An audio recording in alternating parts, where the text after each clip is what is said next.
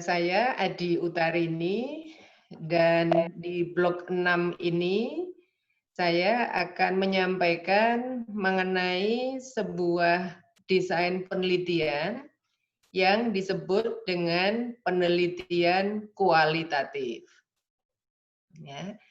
Jadi nanti saya akan menyampaikan tentang mengapa atau kapan kita menggunakan penelitian kualitatif, lalu penelitiannya sendiri sebetulnya nanti kalau sudah jadi itu seperti apa bentuknya. Dan juga yang terakhir adalah mengenai gambaran tentang desain dari penelitian kualitatif itu. Nah, materi untuk kuliah ini sudah saya emailkan ke Mas Irfan dan nanti saya yakin akan di-share. Nah, seandainya nanti ada beberapa saat di mana saya ingin meminta respon dari Anda sekalian, maka silahkan pakai fungsi chat ya, supaya saya juga bisa melihat secara garis besar responnya seperti apa. Ya, baik, saya akan share slide sekarang.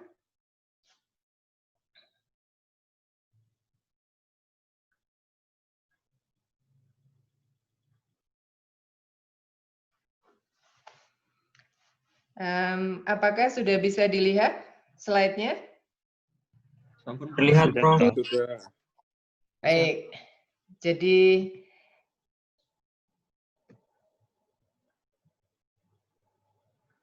sekali lagi pada sesi ini ada dua hal yang kita bahas. Kita melihat karakteristiknya seperti apa, kita melihat mengapa penelitian kualitatif seperti itu, dan juga nanti kita melihat lebih detail tentang desainnya.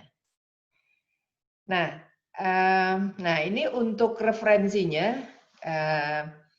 Ini saya berbesar hati menambahkan ada satu buku referensi yang bisa Anda manfaatkan. Judulnya namanya Tak Kenal Maka Tak Sayang. Ya, jadi ini untuk mengenalkan bagaimana penelitian kualitatif itu sesungguhnya juga sangat bermanfaat untuk bidang-bidang kedokteran, dan nanti kita lihat juga aplikasinya seperti apa. Referensi lain yang akan saya sarankan adalah ini. Ini Qualitative Research in Healthcare. Ini adalah kompilasi tulisan tentang penelitian kualitatif yang dimuat di British Medical Journal. Nah, seperti Anda tahu, British Medical Journal itu sebuah jurnal yang reputasinya sangat tinggi di bidang kita ya, kedokteran. Dan mengapa referensi ini menarik? Karena dulunya itu BMJ itu bisa dikatakan agak alergi gitu ya kalau sama penelitian kualitatif. Tetapi kemudian mereka menyadari bahwa ternyata aplikasinya ini sangat dibutuhkan, sehingga kemudian mereka justru menerbitkan dan mengencourage banyak penelitian kualitatif di bidang ini. Ya, itu referensi yang pertama, semuanya downloadable. Yang kedua, ini adalah tentang penelitian kualitatif yang menunjukkan kalau kita ingin mengerjakan penelitian kualitatif, atau mungkin Anda masih dalam tahap menyusun proposal untuk penelitian kualitatif. Nah, supaya proposalnya itu bagus, berkualitas, apa saja sih yang harus dijelaskan?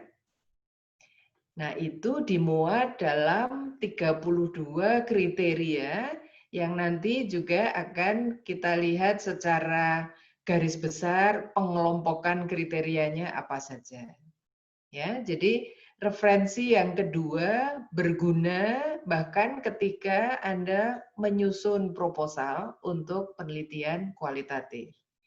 Selain itu, nanti kalau hasilnya sudah ada, nah nanti pada waktu penulisan hasil, penulisan skripsi misalnya, ini juga kriteria ini tetap kita acu sebagai gold standard untuk penelitian kualitatif. Ya. Baik, nah sekarang mengapa menggunakan penelitian kualitatif? Anda bisa lihat gambar itu ya. Ini mana yang betul? Kalau Anda mau ngerespon silahkan pakai fungsi chatnya. Yang betul jawabannya apa nih?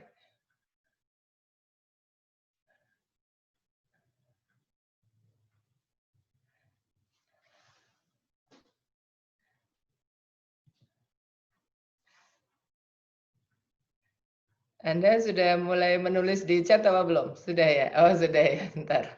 Ini saya masih agak gaptek, sebentar pelan-pelan. Oke. Ya, benar semua. Ini jawabannya macam-macam ya. Yang betul dua, Prof. Dua mungkin maksudnya dua-duanya gitu ya. Ada yang ya benar semua. Kalau tergantung melihatnya dari mana gitu. Tergantung perspektif. Wah, ini ada yang lebih dalam karena hidup itu tidak hitam dan putih gitu, tapi banyak abu-abunya. Oke. Baik, jadi ini terima kasih sudah ada berbagai komentar ya, reaksi di chat. Jadi ini memang jawabannya ya tergantung dari sudut pandang yang mana kita melihatnya ya. Dari sebuah fenomena kita lihat dari misalnya sudut pandang masyarakat, sudut pandang pemerintah, sudut pandang pasien, sudut pandang provider, bisa saja akan menimbulkan perspektif yang berbeda-beda. Dan nanti kita melihat juga, lalu bagaimana kita mengatakan atau menunjukkan validitas dari penelitian kualitatif. Nah, nanti juga akan kita bahas sampai ke sana ya. Mengapa menggunakan penelitian kualitatif? Ada beberapa alasan. Alasan yang pertama,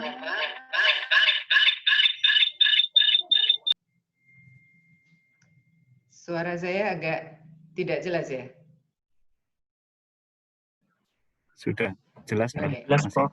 Oke.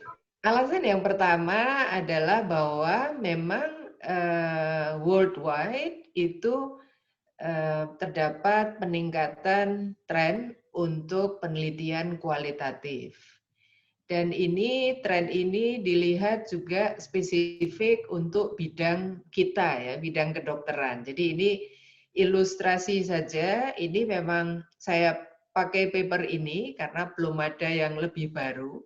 Tetapi setidaknya menunjukkan bahwa di jurnal-jurnal yang terkait dengan kedokteran secara umum maupun penyakit dalam, itu memang penggunaan penelitian kualitatif semakin banyak.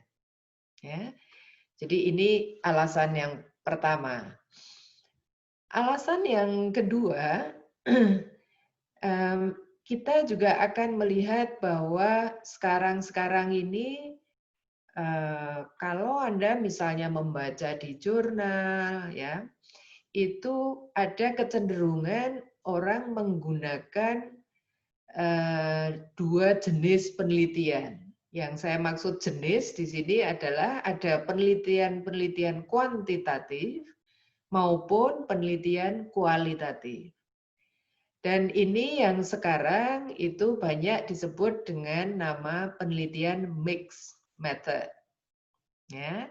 Tapi sebelum Anda mempelajari ke sana, kita harus belajar masing-masing dulu. Kuantitatifnya Anda juga belajar di blok B6, kemudian kualitatifnya juga dikenalkan. Nah, di sini menunjukkan juga bahwa penggunaan desain mixed method ya, itu juga menunjukkan adanya peningkatan. Alasan yang lain adalah, nah ini saya mengambil dari suatu penyakit yang saat ini sedang kita hadapi bersama-sama di seluruh dunia. Ini sebenarnya lebih merupakan alasan yang mendasar.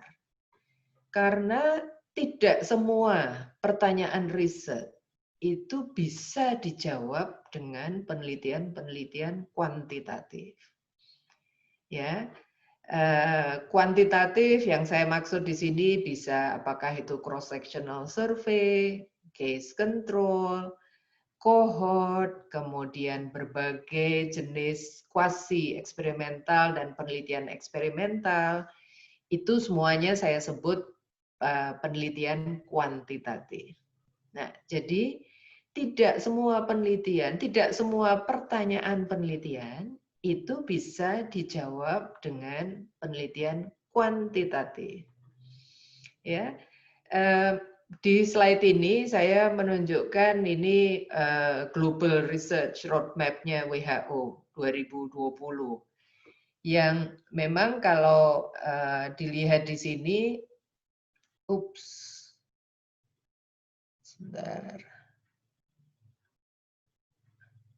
Ya, kalau dilihat di sini ada pertanyaan-pertanyaan yang mungkin jawabannya memerlukan bahkan randomized control trial ya. Misalnya kalau kita berbicara tentang candidate therapeutics ya, obat-obat mana yang paling efektif, kemudian juga vaksin, pengembangan vaksin, pembuktiannya itu nanti akan membutuhkan penelitian-penelitian kuantitatif. Namun kalau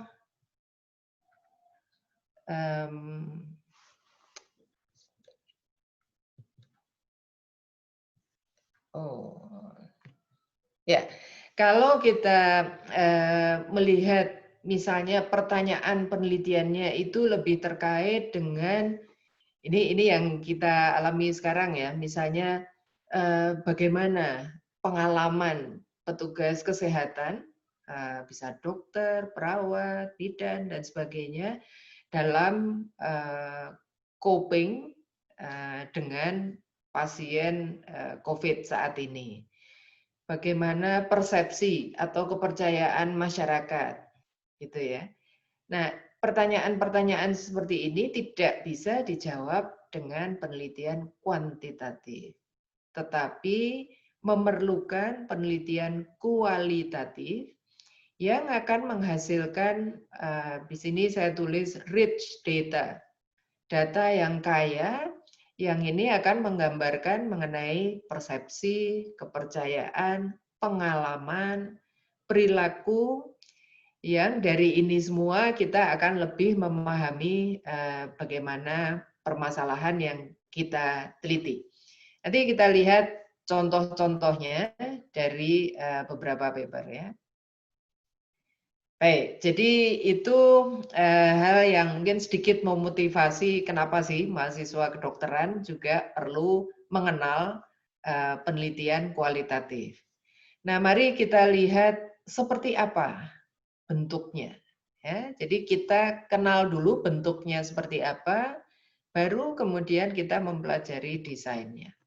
Nah, ini saya ambil contoh suatu penelitian kualitatif yang menceritakan mengenai pengalaman psikologis dari caregivers. Ya. Penelitian ini dilakukan di Henan, Provinsi Henan di Cina. Nah, mari kita lihat abstraknya sekilas. Ya. Di objektif, Anda bisa melihat bahwa penelitian kualitatif itu kata kerjanya khas. Ya. Jadi di sini kata kerjanya adalah to explore, menggali. Kalau tidak menggali, maka bisa juga memahami, begitu ya, mengeksplorasi akan sebuah fenomena. Nah, di sini fenomena yang diamati adalah pengalaman psikologis dari perawat yang memberikan pelayanan pada pasien-pasien COVID-19. Ya, itu ciri yang karakteristik yang bisa kita lihat. Karakteristik yang lain adalah pada metode. Anda mungkin akan bertemu dengan jargon desain yang baru seperti ini, ada tulisan phenomenological approach. Nah, ini adalah salah satu desain yang spesifik untuk penelitian kualitatif. Anda akan lihat juga, loh, sampel size-nya kok sedikit ya, gitu ya. Anda yang terbiasa kuantitatif akan melihat kalau kuantitatif itu bisa ratusan, bahkan ribuan gitu, lebih dari itu ya, selalu berjumlah besar. Dan ini sangat berbeda dengan kualitatif karena tujuannya adalah sekali lagi menggali. Ya. Kita tidak bertanya seberapa banyak orang yang punya pengalaman seperti itu. Kita tidak menanyakan itu, tetapi yang kita tanyakan adalah bagaimana pengalaman mereka. Ya. Lalu kita lihat lagi data collection-nya pada methods, Anda akan menjumpai wawancara. Ya. Wawancara itu bisa wawancara secara langsung, tatap muka, tapi juga di zaman pandemi COVID ini mungkin peluang kita untuk mengembangkan wawancara yang dilakukan bisa by phone, bahkan bisa dengan forum secara online dan juga metode-metode lainnya. Nah, cara analisisnya ada yang takut sama statistik nggak? Ada yang kayaknya khawatir atau takut dengan statistik nggak? Sambil saya melihat chat. Gimana? Anda termasuk yang sangat senang dengan main-main utak-atik angka, atau mungkin ada juga yang merasa nervous, grogi, pusing. Waduh, ini kok saya takut semua. Waduh, jangan takut semua. Bingung, deg-degan. Ya, jangan khawatir. Kalau Anda deg-degan, takut, itu masih ada cara analisis yang berbeda ya. Jadi memang kalau kuantitatif kita akan memiliki data-data angka, memang mau tidak mau tantangan kita adalah bagaimana kemudian kita mengolah ya data itu dengan statistik. Ya. Tapi ada penelitian yang lain yang ini yang sedang kita bahas, yang nanti cara analisisnya tentu akan berbeda. Nah, di sini kita melihat, wah mungkin Anda juga bingung, ini apa ya? Kok ada apa nih cross method, 7 method, collect 7 step method. Jangan pusingkan dengan istilah itu, tapi yang dilihat di sini pada analisis kualitatif itu Anda tidak akan bertemu dengan rumus-rumus yang sangat banyak, tetapi kita akan dikenalkan dengan step-step. Jadi langkah-langkah untuk menganalisis data kualitatif dan untuk memaknai data-data hasil interview, mungkin hasil focus group discussion yang sudah kita peroleh. Oke, saya lanjut. Mari kita lihat di result-nya.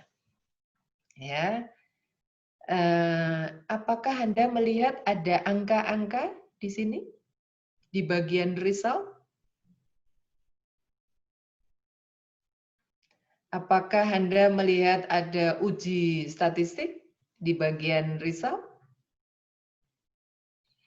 Tidak, Jawabannya tidak. Ya, kita hanya melihat ada narasi di sini yang menjelaskan bahwa itu ya kalimat pertama can be summarized into 4 themes. Jadi inilah hasil penelitian kualitatif, dia menceritakan dari berbagai interview yang dia lakukan, dan dia kemudian melakukan proses analisisnya, ada 4 tema yang dihasilkan.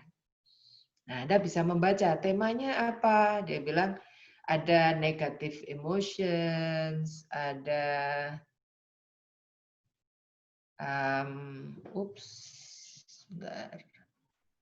Ya, ada negative emotions, ada apa lagi itu? Ada coping, bagaimana kita cope dengan situasi seperti itu. Kemudian ada growth under pressure, dengan pressure yang berlebih itu ternyata juga kita kemudian berkembang sampai akhirnya ada juga tema tentang yang lebih positive emotions.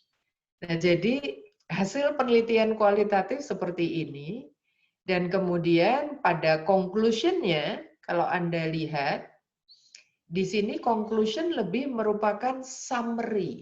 Jadi data itu kemudian kayak diperas gitu ya, diperas gitu, what's the conclusion? Jadi summary-nya apa? Nah, summary di sini sifatnya juga naratif saja. Kita tidak mengatakan mana yang tinggi, mana yang rendah, mana yang determinan yang paling berpengaruh, ya, mana intervensi yang paling efektif.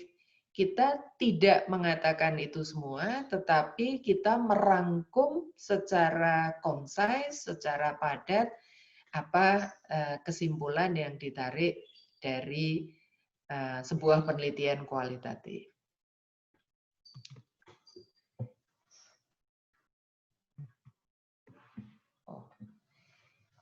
Baik, kita lanjut. Ini kadang-kadang slide saya kok nggak mau di next.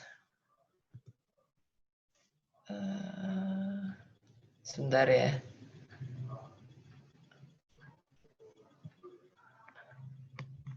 Oke, ini contoh-contoh yang lain. Kita lihat cepat saja judul-judulnya, ya. Yang nomor 1 itu menceritakan mengenai journey, perjalanan pasien-pasien TB, tuberkulosis di Yogyakarta. Seperti apa perjalanannya? Ada yang mulus, ada yang nggak pernah memperoleh pengobatan yang tepat, dan sebagainya.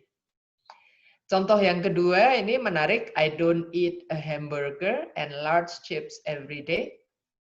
Itu kalimat yang diberi tanda quote, itu artinya ini adalah pernyataan dari responden secara langsung. Dan ini bisa juga dipakai dalam judul, karena memang menceritakan bahwa ternyata banyak pesan-pesan kesehatan masyarakat tentang obesitas yang tidak mengena, ya. Nah, di sini singkatnya itu biasanya kalau pesan obesitas ini di luar negeri ya, itu gambar-gambarnya itu hamburger sama large chips.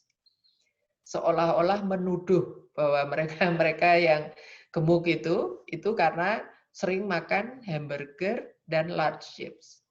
Padahal tidak, gitu ya. Jadi ini pesannya tidak sampai. Contoh ketiga juga tipikal kualitatif yang lain, menggali apa hambatan-hambatannya, apa pendukung-pendukungnya untuk pengobatan penyakit TB.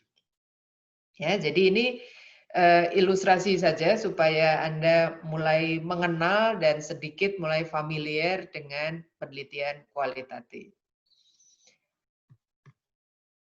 Nah, ini seperti tadi, mari kita lihat juga karakteristiknya.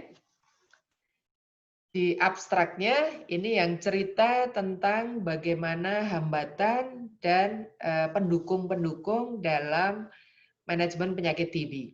Ya, kalau kita lihat di background-nya, seperti tadi, kata kerja yang dipakai adalah to explore. Ya. menggali enablers and barriers. Ya, studi ini studi dari Ethiopia. Pengumpulan datanya bagaimana? Di sini juga kita lihat jumlahnya juga tidak banyak. 50 in-depth interviews. Ya, 50 ini kalau saya boleh bilang ya sudah lumayan banyak. 50 wawancara. Dan kemudian ada 2 focus group discussion. Ya, itu pengumpulan datanya. Nah, hasilnya seperti tadi. Anda akan melihat ada tema-tema yang muncul dalam penelitian kualitatif ini. Beberapa contohnya yang saya underline merah itu.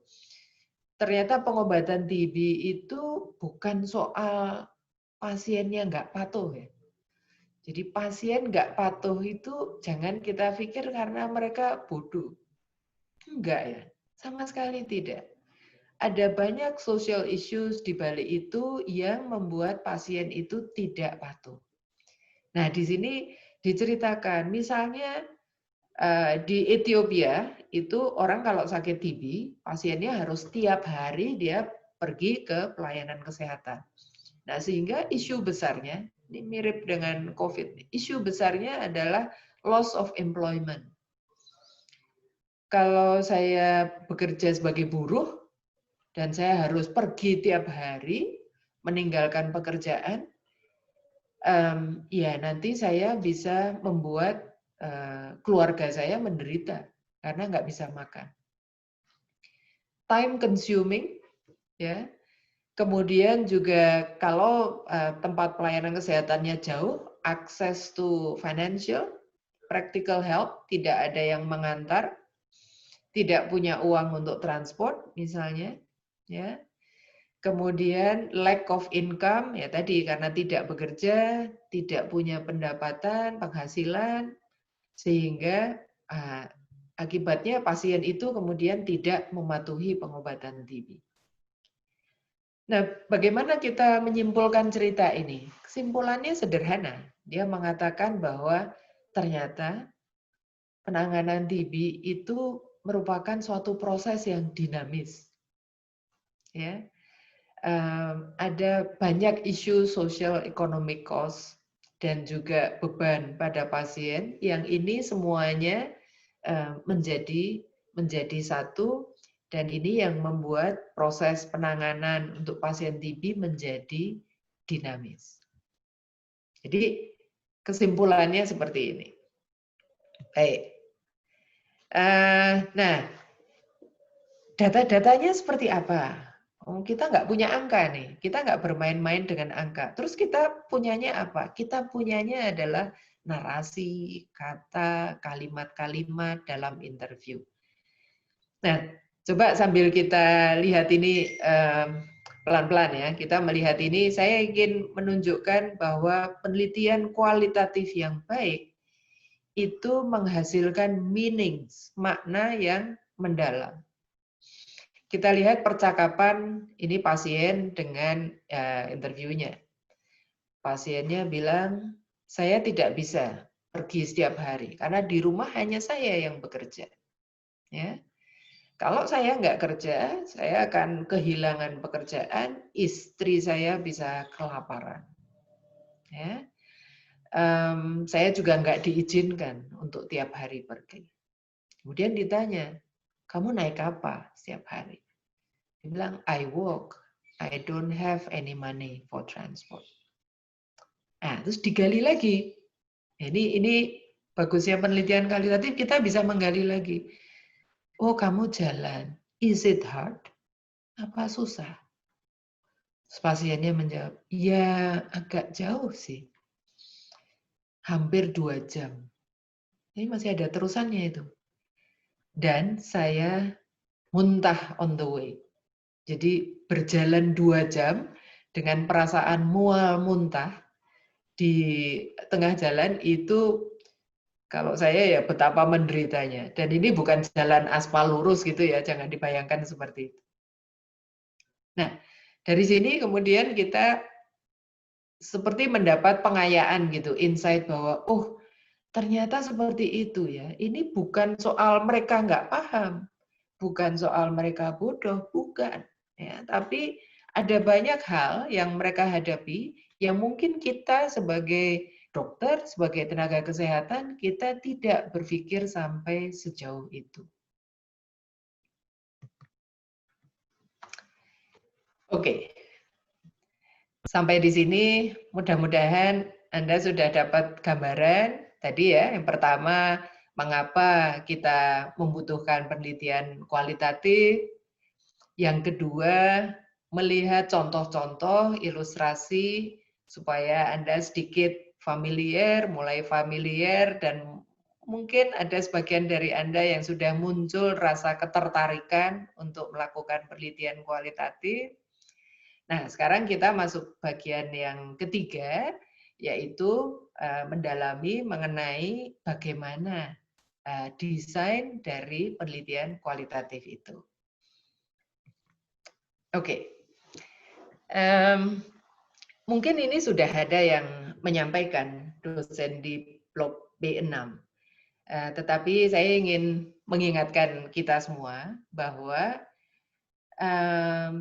ini ada sebuah website yang isinya adalah reporting guideline.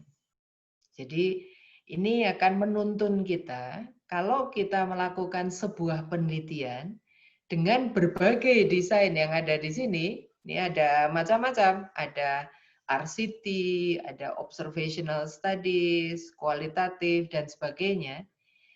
Itu masing-masing ada kriterianya. Nah, kriterianya ini akan menuntun kita supaya pelaporannya itu high quality. Ya. Jadi ini website yang internationally recommended. Jadi nanti kalau Anda menyusun proposal atau Anda sudah menyusun hasil deskripsi, mudah-mudahan mengingat, oh iya, dulu Bu Uut cerita nih, ada website eQuator. Nah, nanti lihatlah kriterianya. Kualitatif juga ada di sini. Di situ tertulis ada 2 guideline ya, yang saya lebih banyak menggunakan korek. Ya. Korek ini bukan korek kuping ya. Consolidated Report for Enhancing Qualitative Research. Nah, mari kita lihat sekilas saja. Nanti mungkin Anda yang penasaran silahkan melihat papernya. Ini sebagai gambaran, ada 3 domain yang ada pada korek itu. Yang pertama adalah kalau penelitian kualitatif itu who we are, siapa penelitinya, itu menjadi sangat penting. Mengapa penting? Karena kualitatif kan tadi ya, datanya Anda bisa membayangkan ini dari obrolan, ya, dari interview, dari diskusi. Nah, misalnya kalau wawancaranya serem, ini yang wawancara kok kesannya galak, nanyanya kok ketus gitu ya. Wah, ya mesti saja yang menjawab mungkin juga jawabannya cuma pendek-pendek. Ya, ya gitu deh. Kadang-kadang, ya nggak gitu juga. Wah, ini kalau jawabannya seperti itu kan nggak muncul ceritanya. Nah, sehingga sangat penting ini di kualitatif kita bercerita who we are, personal characteristics-nya. Termasuk apakah kita sudah dilatih dengan penelitian kualitatif. Kemudian poin yang kedua, relationship with participants. Apakah kalau Anda mewawancarai mungkin teman Anda sendiri, berarti kita mengatakan bahwa kita sudah familiar dengan mereka. Tapi di banyak situasi kita mewawancara orang yang tidak kita kenal sama sekali. Ya, misalnya Anda mewawancarai tadi bagaimana teman-teman dokter yang di Sarjito itu menghadapi pasien-pasien dengan COVID. Otomatis kita belum mengenal mereka, sehingga kita harus bercerita how do we build the relationship. Bagaimana kita berkenalan dengan mereka sebelum studinya dilakukan. Itu domain 1. Nah, sekarang domain 2. Domain 2 ini adalah lebih di desainnya itu sendiri ya. Jadi nanti semua isu desain ada di situ.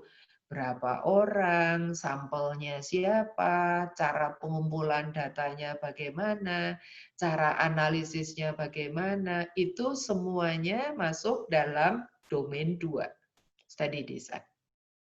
Ya.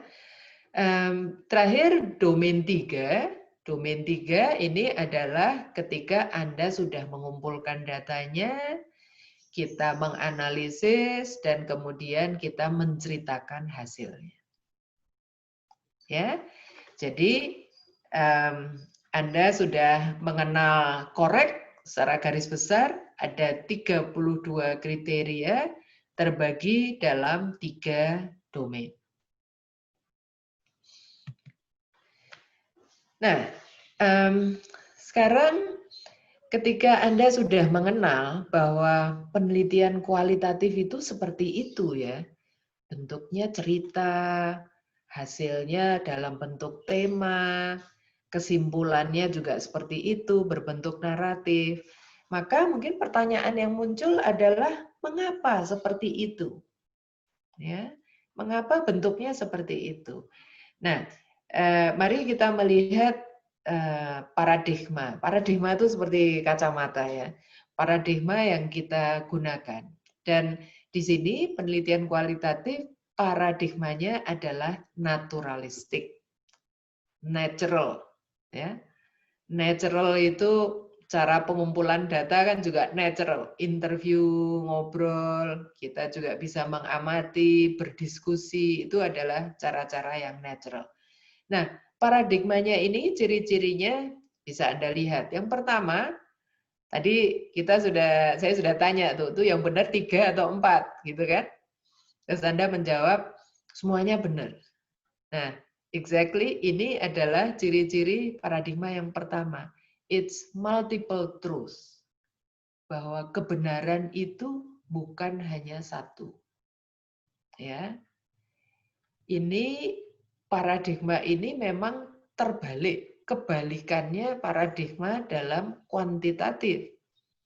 Karena besok kalau Anda ujian statistik, jawaban yang benar itu cuma satu. Ya. Nah, kalau di sini tidak, tergantung sudut pandangnya siapa.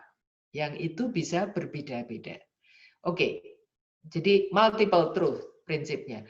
Prinsip kedua adalah tadi mudahnya kita tuh bisa ngobrol dengan enak ya ketika interview kalau relationship antara peneliti dengan yang diteliti itu memang relationship-nya bagus. Jadi implikasinya kita harus membangun relationship itu sebelum penelitian. Ketiga, mapping causality, kausalitas. Anda kalau di kuantitatif, Anda belajar bahwa kausalitas sebab akibat itu dibuktikan, ya kan? Atau diukur, gitu ya. Mana faktor-faktor risiko yang paling berpengaruh terhadap ini, gitu kan ya? Terus Anda survei, Anda kumpulkan datanya, terus Anda hitung mana odds ratio misalnya yang paling besar. Nah, itu kuantitatif. Kualitatif, kita memetakan kausalitas. Jadi kita mencari, kita menggali apa saja sih ya yang bisa mempengaruhi suatu fenomena. Nah, misalnya di sini saya tunjukkan gambarnya ya. Kenapa sih anak-anak sekarang itu mulai banyak yang obesitas? Ya. Nah, penelitian kualitatif menggali, mengeksplorasi faktornya apa saja. Ya, akses fast food, makanan yang dijual di sekolah-sekolah, mungkin juga tren wanita-wanita, ibu-ibu yang banyak sekolah sehingga anak-anaknya makannya dibelikan GoFood gitu ya. Ini pengalaman diri sendiri. Dan sebagainya. Nah, jadi tujuannya adalah memetakan. Kita tidak ingin mengukur, mana yang paling besar. Tetapi kita kayak mendisplay, we map out apa saja faktor-faktornya. Nah, yang terakhir, generalize meanings. Yang kita generalisasi itu bukan generalisasi statistik. Ya. Kalau statistik selalu ada apa? Huruf yang paling penting itu di statistik huruf apa? Coba. P. Tahu nggak? Huruf P. huruf P. Ya. Apa-apa selalu P gitu, kok ya P ya? Saya nggak ngerti kenapa P. Jadi itu yang digeneralisasi adalah secara statistik. Dari sampel ke populasi di mana sampel itu diambil. Nah, kalau di kualitatif, apa yang digeneralisasi adalah the meanings. Tadi kalau Anda ingat, penelitian yang tentang COVID, ya, pengalaman perawat menghadapi pasien COVID, yang hasilnya adalah satu, banyak negative emotions, frustration, mungkin kesal, marah, gitu ya. Kemudian juga ada coping strateginya, lalu ada apalagi tadi ada 4 ya, dan di akhir-akhir baru ada perasaan-perasaan yang positif. Nah, generalized meanings berarti apakah makna itu, makna sebuah penelitian yang berasal dari Cina itu, apakah bisa digeneralisasi ke setting kita? Jadi itu pertanyaannya. Nah, jawabannya bisa 2. Bisa iya, bisa tidak. Tergantung. Tergantung apa? Ya tergantung kemiripan setting di sana dan setting di tempat kita. Dalam hal misalnya burden pasiennya, epidemiologinya, dan sebagainya, pemahaman masyarakatnya, dan sebagainya. Sehingga ini yang menentukan apakah makna dari penelitian di lain tempat itu dapat atau tidak dapat digeneralisasi ke setting kita. Ya, jadi ada 4 karakteristik dalam paradigma naturalistik yang ini nanti akan diterjemahkan ke dalam desain penelitian kualitatif. Nah, terjemahannya secara praktis dalam desain adalah ditunjukkan dalam slide ini. Ya. Satu, natural setting. Karena kita menggunakan cara-cara yang natural, interview, FGD, observasi, maka sebisa mungkin kita juga melakukan penelitian itu di setting di mana hal itu terjadi. Jadi ini yang disebut natural setting. Ya. Misalnya, kalau Anda ingin penelitian di IGD, misalnya, bagaimana ya situasi IGD pasca COVID? Oke, ini saya mencatat ada satu yang ingin bertanya nanti setelah slide ini ya. Itu berarti settingnya di IGD yang mau kita teliti ya. Nah, berarti peneliti harus berupaya agar familiar dengan setting IGD, dan yang paling baik adalah memang pengumpulan data itu dilakukan di setting itu, natural setting. Jadi maksudnya begini, misalnya kita kan bisa saja menginterview perawat atau dokternya, tapi interviewnya di rumah gitu. Itu juga bisa dilakukan. Ya, tetapi penelitinya sebisa mungkin kita harus terjun sehingga kita merasakan bagaimana setting IGD itu. Yang kedua, human as instrument. Ini maksudnya apa? Ini maksudnya adalah kan yang menginterview kita nih, manusia kan, bukan mesin ya, kita menginterview. Sehingga kalaupun kita membuat daftar interview, misalnya daftar pertanyaan untuk panduan wawancara, tetapi cara kita menanyakan, intonasinya, dan mungkin juga body language kita, itu sangat berpengaruh terhadap kualitas jawaban. Jadi ini yang dimaksud dengan manusia ini sebetulnya dalam penelitian kualitatif itu instrumennya adalah manusia, tetapi kita dibantu oleh panduan wawancara atau panduan focus group discussion. Ya. Emergent design. Anda tahu emerge? Emerge itu sesuatu yang muncul ke permukaan. Maksudnya adalah bisa jadi kita di dalam menyusun proposal itu ada hal-hal yang tidak kita pikirkan sebelumnya. Yang itu baru terasa ketika Anda di lapangan sudah mengumpulkan data. Nah, penelitian kualitatif membolehkan fleksibilitas itu. Kalau memang ada hal-hal di lapangan muncul, wah ini kok menarik ya, waduh kemarin tuh nggak saya masukkan ya di proposal. Itu kita mempunyai fleksibilitas untuk menambahkan ini di dalam pengumpulan datanya. Jadi emergent design. Negotiating meanings, makna dinegosiasi. Ya. Ini maksudnya begini. Contoh terbaik yang bisa saya berikan adalah penelitian malaria.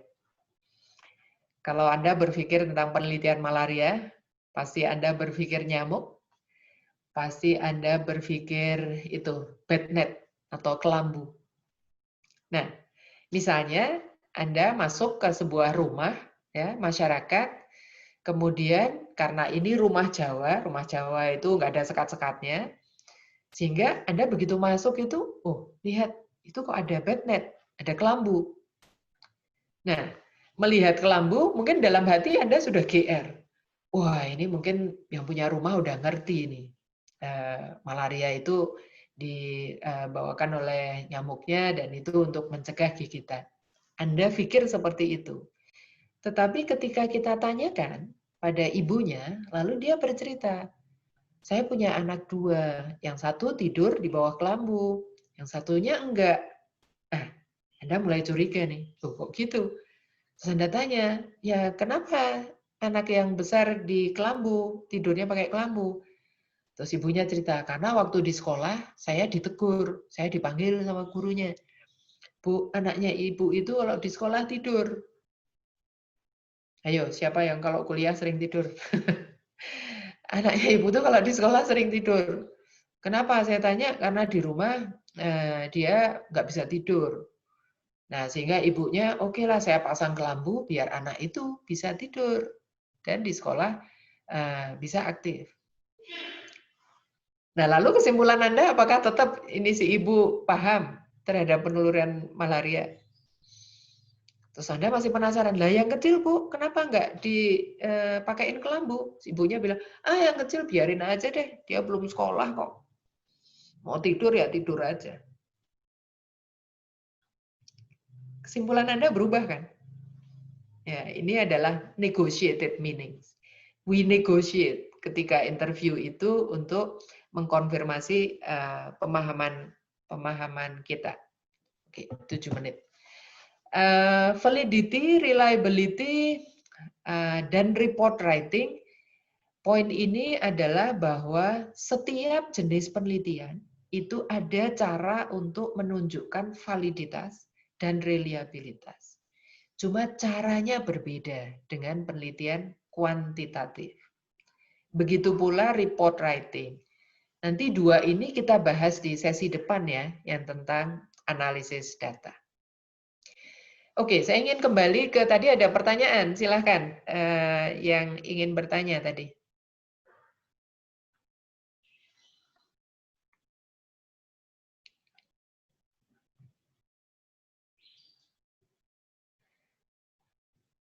Oh, ini udah ada 2 hal.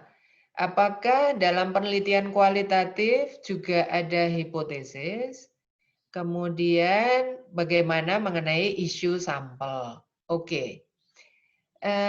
Kemudian ada isu validitas dan reliabilitas. Oke. Baik. Esensinya saja, dalam penelitian kualitatif, kita tidak menyebut hipotesis, tetapi kita menggunakan istilah research question atau pertanyaan penelitian. Ya. Jadi dan kemudian untuk validitas, reliabilitas nanti saya singgung sedikit tapi kita bahasnya di sesi yang kedua ya. Juga tadi ada pertanyaan mengenai sampel yang akan saya singgung sebentar. Cuma ini 5 menit terakhir. Oke. Saya lanjutkan dulu ya.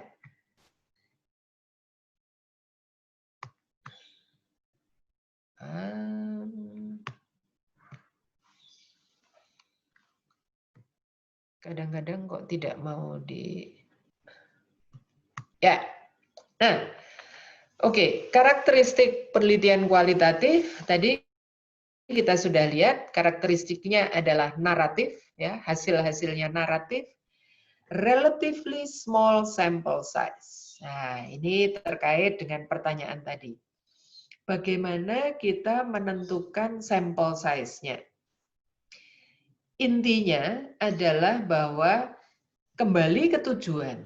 Tujuannya kan menggali, to explore, ya, bukan menghitung prevalensi, ya. Nah, kalau misalnya tadi kita ingin menggali bagaimana perawat, ya, pengalaman perawat menghadapi COVID-19, maka yang menjadi pertimbangan utama dalam sampel size adalah apa variasi karakteristik perawat.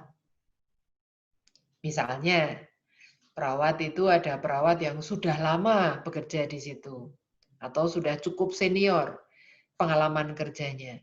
Ada perawat yang masih junior, gitu ya. Ada perawat-perawat yang background-nya S1. Ada yang tidak S1, D3. Ada perawat laki, ada perawat perempuan. Ada perawat yang bekerja di unit-unit yang intensif, misalnya ICU. Ada perawat yang bekerja di ruang isolasi, misalnya. Dan ada perawat yang bekerja di bangsal biasa, bahkan poliklinik. Nah, ini adalah karakteristik dari perawat yang harus kita pertimbangkan di dalam menentukan menentukan sampel size-nya. Ya.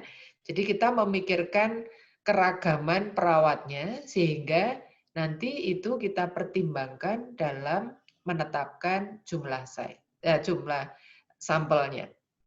Nah, jumlah sampel sifatnya adalah tentatif. Jadi tidak ada penghitungan rumus dan ini sifatnya adalah tentatif. Ya. Nah, nanti tentatifnya seperti apa nanti kita bahas.